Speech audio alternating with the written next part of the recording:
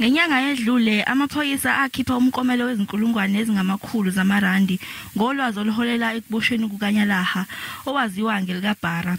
Ubefunelwa amacala odlame asukela ngo-2016 eKhayelitsha.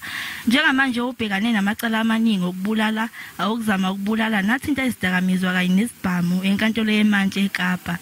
Kusolwa ukuthi uyathinteka esigamekweni sokubulawa kwabantu abayi-12 eKhayelitsha ngoNhlaba nyakenye.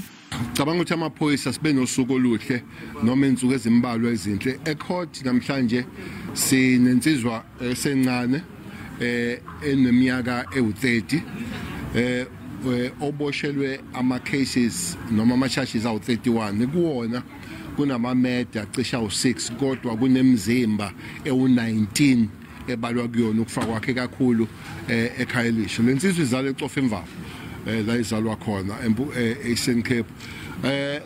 Bangixoxela ukuthi uthisha ngokufunda. Amaphoyisa athi ukuboshwa kwaNyalara ngempela sonto kungase kube isisombululo sokuqeda ukuqolwa kwabantu osekukhungethe ilokishi laseKhayelitsha nemphakathi eyakhele. He runs about 8 taxis. So he's a teacher by profession. 30 years involved in good business, truck business, running 8 taxis, involved in CIT. It's actually unfortunate that he abandons the bail because we would have wanted to oppose his release. But then it's up to him. He's got all the rights to apply at any time during this time, but he chose not to. INPA ithi amanye amacala angase engezwe njengoba uphenyo lusaqhubeka.